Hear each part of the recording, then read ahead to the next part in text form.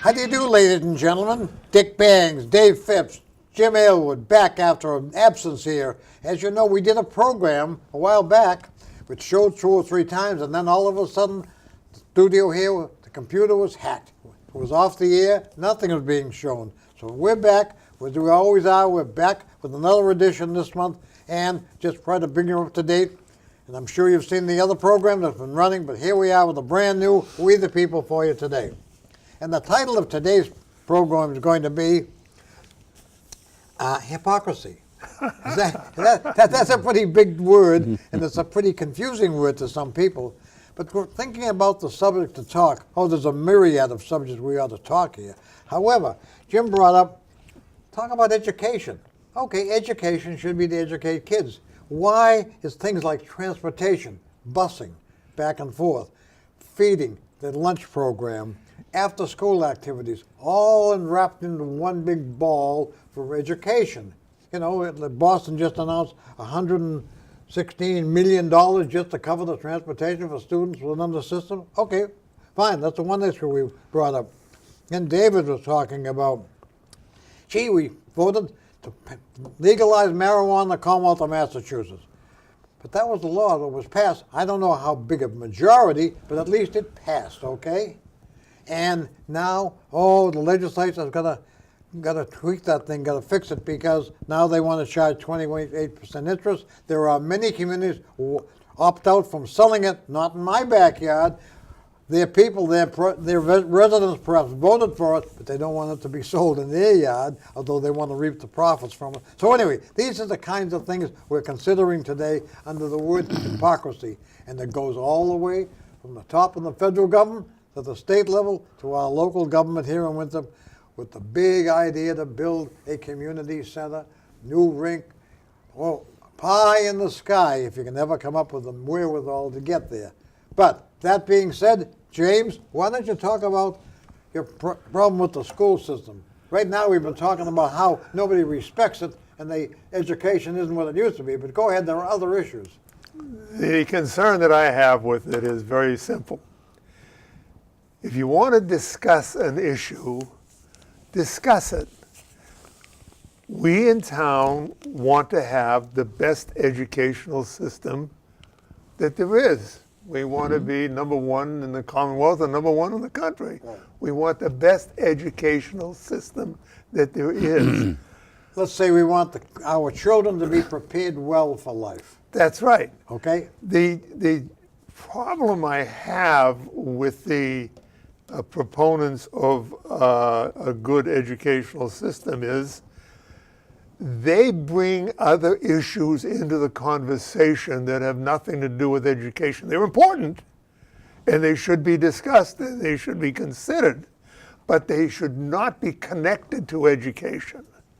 Because if we spend our energies creating the best school imaginable, all right, then we could talk about lunches. How do you feed the children? That has nothing to do with education. However, a child does have to eat if he's going to have enough energy to do it. But that's not the purpose of an educational leader. The educational leader is to create the system. Now, once the system is in place, now you can have other agencies or other peoples addressing those issues, whether it is education, whether it is transportation, or whatever it is. When the social engineers can get involved at that point. But it should not be done by the educator. The educator should be very simply centered on creating the best education imaginable. Yeah. But that's not what we have. They bring in issues that are important, but they're not relative. No. In the meantime, the budget called education is ballooning. Well, again, you mentioned the transportation that's being brought into the educational equation. I hate to go back in years, but I must. When I went to school, there was no such thing as a school bus, okay? I went to school, and my parents had a choice I did not go to a public school for grammar school. And when I got out of grammar school, I went to a public school, but I didn't go to my local high school. I went to the high school that was in the center of Boston that my parents thought would be better suited to give me a better education. It was a Boston public high school. It was all boys. Now that I chose that high school, there was nobody there helping me get to the high school. That was my challenge because Public transportation was the mode. my feet or public transportation. Yeah. And so the requirement to get to that school, that was all my parents and mine to deal with. Yeah. It had nothing, English High School, which was the name of the school, they spent all of their energies and time creating the best high school that they could create. A good environment, good system. Now you had to What- get there to take advantage of it. That was somebody Exactly. else's problem, I not had- really your own. I had nothing to do, they had nothing to do with my getting to the school. Right. To and from. Yeah. And not only that, when I went to school, they had nothing to do with feeding me. No. But And those days so were I different. became an expert. At our carrying- age, your mother got up and made you a breakfast. Well- Mothers aren't home sometimes today, they're off working, so that's a. But part that of the social again, now you're problem. bringing in issues that don't belong with education Exactly. because that interferes with dealing with the Right, education. right. And in order to get fed, I learned how to carry a brown bag. Oh, yeah, yeah. And I The had that bologna brown bag sandwiches. with the bologna sandwich or the peanut butter and jelly sandwich. And I took that to school and I sat down to have lunch with my classmate who might have Italian parents with a kind of a sandwich that we in the Irish community never saw before. And then on the other side of me would be an Oriental eating something that I had never seen before. Yeah. But they were the selections that were given to us by our respective parents. Right, right. And the school system only job was to create a school that would give us the best education. We took care of the transportation and we took care of the food.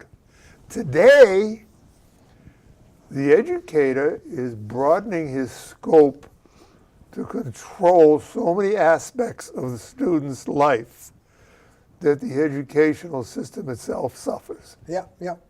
And like I say, in the meantime, the education budget is soaring out of control.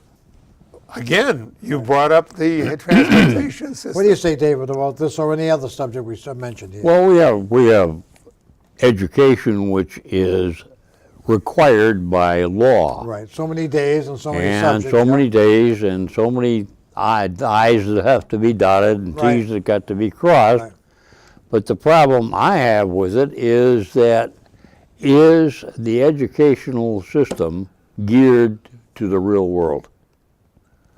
And we have no trade school in the town of Winthrop or anywhere around here where you can take a child who has some ability that is not academic but is more or less with the hands and educate that individual to get a meaningful job for the rest of their lives. Well, even in our own high school here, you weren't brought up in Winthrop, but they taught printing, they taught carpentry, they taught drafting, things of that nature. Jobs that could be available Yeah. on the outside with a high school grad. Yeah. To a high school grad. Do they still do that? No, oh no, that's Okay. long gone. And it proves our point in that the emphasis went from education, where we had options to go to a trade school, Yeah. a commerce school, or whatever, in order to get the education that was particularly desired by the individual. But because the emphasis went from education to these peripheral issues, such as transportation, or such as Change. Yep. Yeah. whatever, we lost the quality of the education that was available. Keep in mind, by the way, Dave, not to short circuit the education system here. Anybody in these with these other categories, all right, for manual arts, if they call it, also was taught English, mathematics, basic skills, okay, education, reading, writing, arithmetic, if you will, okay. Then the other thing was a trade that they were suitable. Might want to go on to further life. All right, what about when I mentioned, David, about this marijuana business here? Hey, we voted for it. Well, the problem is we voted for it, but one of the things that is not evident is what is the percentage of the vote cast was for the legalization of marijuana. In many communities, we're saying the vote was for it, but we don't know whether it was 49 to 50, or whether it was 30 to 50, or what the percentage was. Yeah, exactly. How many people in the various Yeah. community voted Yeah. to begin with compared to the entire Right. voting Right. population? And certain people look at things and they say, hey, I don't really want that. And it was all right as a concept, but they didn't go to the polls to vote for or against it. But now it has become a reality, and they say, hey, not here, not in my backyard. Right. They were now suspicious or concerned about the side effects of having this law Yeah. on the books. It was going to be sold and used in their local. They said, hey, Yep. keep it out of my town. Because I didn't vote for it. Maybe the town did, but I didn't. Yep. On the other hand, the town wants to reap the benefits of the money from the sales. Don't Oh, yeah, they kind of like that. So you got the problem again. All right, hypocrisy. I want the money from the sale of marijuana, but I don't want it in my backyard. Yeah, but the reality of our system is that we are run by people who have a obligation or feel an obligation to go down and vote on issues. Yeah. And unfortunately, in a lot of places, you won't get 50% of the voters out to vote. And so almost any issue that's voted on today, the majority of the voters don't, I shouldn't say majority, but a large segment of the voting population does not participate in the Doesn't even process. participate.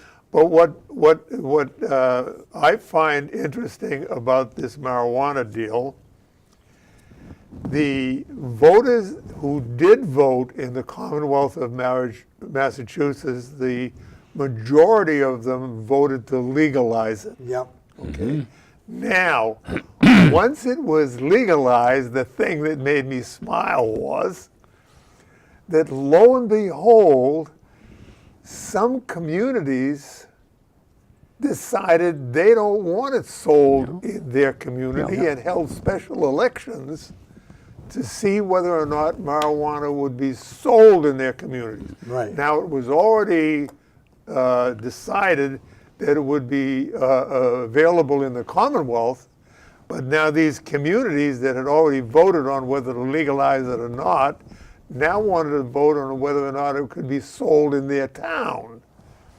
And what I found hypocritical, to go along with our program note, is that there were many communities who voted to deny the sale of marijuana in their community, and yet the majority of voting people in that particular community voted to legalize it. Yep. Yep. Yep. Well, as David Well, said, they when they vote or when they talk, they don't realize the consequences. Well, they don't get an opportunity even to read the small print. Yeah. Oh, don't mention about that. I know something else going on right now called healthcare, and I was told long time ago, pass the bill, we'll read it later. Yeah. Is it coming back to haunt them now? Ah, it Go certainly ahead, is. Dave. But they don't read the small print. But, someone votes for it and they say, well, maybe it's a good idea. Prohibition wasn't the best idea anybody had. No. And prohibiting marijuana probably isn't the best idea. But no one really was offered the opportunity to read what the bill said before they went to the polling place. And it's on the books as of Yeah. today. Yep. Now they're going to try to change the books. Yep. which reminds me about the sales tax. Years ago, the voters said, oh, we don't want that sales tax. Well, the legislature decided we needed the income, so we'll start to reduce it a little bit at a time. But I mean, the law was passed. Yeah. Get rid of it. You know, Yeah. they didn't want to do that. Now, you also, David, mentioned out something about climate change. We're being held hostage, are we, to the Paris Agreement, or Oh, we're we going to certainly- bail out of it, or what? We certainly are, and the problem that I have with climate change is that it is expanded upon by political interests. And the facts of the matter are, if you care to look around when you drive your vehicle and see what the rock structure looks like of the planet, there have been climate changes since day one. You can tell And just by the color of the You soil. can tell can't by you? the color of the soil, the rock Rock, strata, yeah, the right, fact right. that the dinosaurs Yeah. expired because it got Yeah. cold. Yeah, Instead of global warming, they had to contend with global cooling. And the fact of the matter is that cutting down on emissions, which is the big buzzword, is not going to make a heck of a lot of difference. 2 degrees centigrade is pie in the sky as far as I can see. but we're going to be looked upon with great disdain by the Europeans, David, if we don't go along over there, for the simple reason the Europeans said these are the things you have to do. Like, for instance, you have to assimilate and take in refugees. Why the hell should we have to listen to the Europeans who have problems up the yin-yang by having the refugees, even their own citizens of their nation, because of their association with North Africa and other parts of the world, Jim? They've had to take them in. Well, you read the paper, you listen to the news, there's forever an incident going on in Europe. But damn it, we better toe the line and get in line with them, right? Well, the Paris Climate Accord and the refugee problem are brother and sister, because they both require a centralized control of individual countries, so that the European Union, to prove our point, has just taken a position that they're going to punish Poland and Hungary and the Czech people, the Czech Republic, for refusing to accept refugees, which is similar to what would happen were we to be in the Paris Climate Accord, that the bureaucrats running that would be telling the United States how to run its country. And we have made a point from day one in this program that the people in Winthrop tell Beacon Hill what to do, and they tell Washington, D.C. what to do. Because both of them spend our money. Exactly. And we control the Commonwealth and we control the country. Now, we do it in concert with the people from Santa Fe and the people from Tuscaloosa, Alabama. But nevertheless, we don't want some bureaucrat from a foreign country telling us what we have to do to accomplish climate change, or what we have to do as far as who we allow into our country. We are Americans, proud to be Americans. We will work with anybody and everybody who is willing to work with us on any issue that confronts us. But we do not want somebody like the bureaucrats in the European Union telling Poland and Hungary and the Czech Republic how many refugees they're supposed to take in. Well, Jim, you were talking about hypocrisy. We were earlier. Yeah. If a refugee comes to Poland and settles in Poland, it means they don't settle in Germany. It means they don't settle in Belgium. They don't settle in Holland.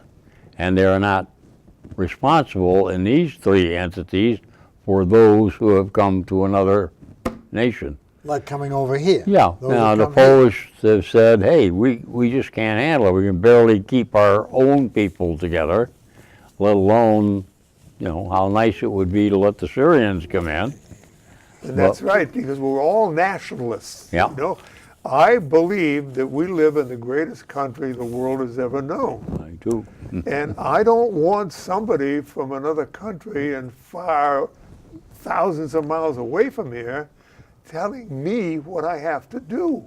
Especially those countries that are quartered in a unit known as the United Nations in New York City and fail to pay their dues, their Yep. annual dues. We pick up something like 60% of the cost of operations Oh. down there. Yep. And the rest of the 40% or less is distributed by 1,000 other nations. Okay? And how much do you think we'd have paid if we would stayed in the Paris Climate Accord? Who do you think was going to pay all of that? Yeah. You think Somalia was going to pay No. its share? Things to think about, ladies and gentlemen. And come out to another one. This is, we all recognize this. People are crazy today.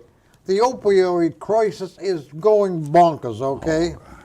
But let's open clinics up, staffed by medical people, and let people go in that have this terrible affliction that have to shoot up and shoot up carefully so that they don't get in trouble medically, or if they do, we're there with the Narcan to take care of them.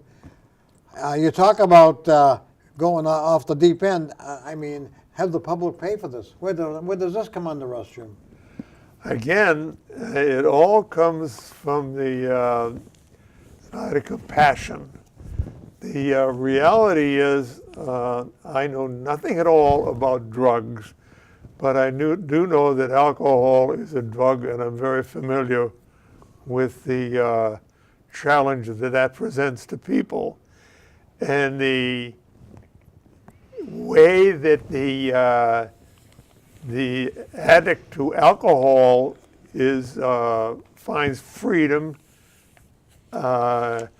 is to stand up with his fellows and admit that he has this problem. And once he admits it, with the support of his fellow addicts in alcohol, they have experienced a great deal of success in they this have. area. Yeah. I am against it for the simple reason I'm against almost anything that the government comes in and takes over.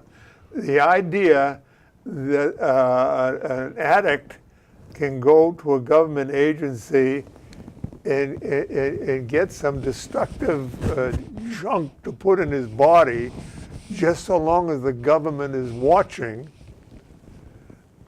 Seems hypocritical, doesn't it? Well, it does, and I can't see, that doesn't seem to work, again, with the alcoholic. No. Nobody that I have ever known has taken an alcoholic and fed him booze in the hopes of getting him to get off the habit. No. Yep. And the other thing I'd like to bring up about that very same thing is that they have people working with these people who need a lot of help and should receive a lot of help. And these people now have been working in a situation where they get so much an hour to help these people, and they now somebody has decided that we should create a government agency that will hire these people and pay them so they can get their retirement funds and medical care and everything else.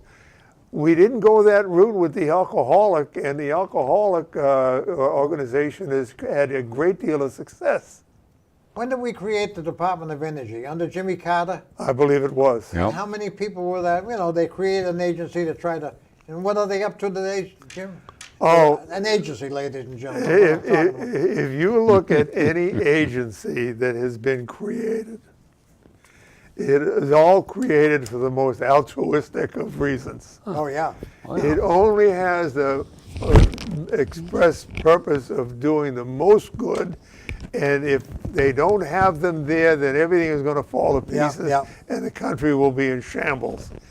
And all they do, and you can take all those agencies, whether it's the EPA, the Energy, Transportation, or whatever, all those that have been created in my lifetime, and all they've done is grow, grow, grow, grow.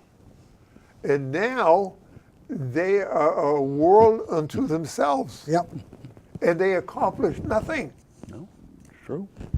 David, the last but not least, we're getting kind of tight for time, ladies and gentlemen, but David is so enthused about the plan that was announced right here in the local scene about removing They haven't had any takers to utilize the former middle school, so we better tear it down, what they're talking. Let's put the rink up there. When we get that done, then we can tear down the auditorium, the gymnasium, and the rink, and we build a community center complete with pool and things like that there. And we'll also, on one side where the school was now, perhaps there'll be some single homes going in there along Walden Street, more condominiums. I know you were delighted when you saw that all announced. Not exactly. Well, why don't you, in a brief word, few words, tell the people what you think it Well, is. really, as we all have, we've passed by the old middle school. Yep. And it's been vacant from the standpoint of an education facility for, what, 10 years or so, Dick? No, it was being used as a high school. Oh, that's right, it was, while they were building the high school. Right. But it has not served its function, its primary function, in a couple of years. And it sits there, and it is a expense to the town to maintain it. Right. Now, I don't know whether rentals from the hockey rink offset some of the cost of maintaining that building or having it there, but what I saw in the paper was not an answer to the problem, as far as I can see. It was like $16 million of miscellaneous expenses to remove the existing buildings and replace them with other buildings. That's just the tip of the iceberg. And that's just the tip of the iceberg. Now, looking back at my own experience, when they tore down the old high school, or the old school, on, I forget what the street was, just happened to be in the neighborhood, and they're swinging a wrecking ball, and it bounced off of the building. You mean the old junior high on Herman Street? On Herman Street, yeah. Because it wasn't suitable. Yeah, and it was wasn't strong. supposedly in terrible condition. Right. And really, I don't know what it would do to the traffic flow on Pauline Street. I would like to think that the fire During all of department- this construction, resurrection. Yeah, that the fire department could make a left turn and go somewhere without getting involved with Yeah, that. yeah, The yeah. same thing with the police department. So you weren't thrilled about that, the Huh? whole thing? Pardon? Good idea, but number Well- one, how do you do it? Number two, where's the money come Yeah. from? And keep it in the back of your mind, but if they're talking about rejuvenating the center, where do people park with all of these things going on? You've got that problem in front of your house. Right now, right? Yeah. With the new construction going on. But anyway, ladies and gentlemen, we could talk for 2 hours. You'd get bored to death. You'd say, look at those three old guys over there talking. But you know what? We think about some of these things. That's why we come on the air. We try to get on every month to bring you up to date, what's going on, and to give you our slant on things and something to think about. That's the whole name of the game. Hi. Because, you know, we had that old town meeting, purest form of government. Everybody had a chance to get up and speak, whatever the issue was, pro or con, and decisions were made. Now we don't have that latitude anymore. But anyway, we'll have to say goodbye, James, David. Goodbye. Have a nice Goodbye. summer. We'll be back though during the summer. You're not going to get off the hook. We'll be back during the hot weather. So tune in when you see We the Winter going to be back on. Sure. Nice to see you, ladies and gentlemen. Thanks for tuning in.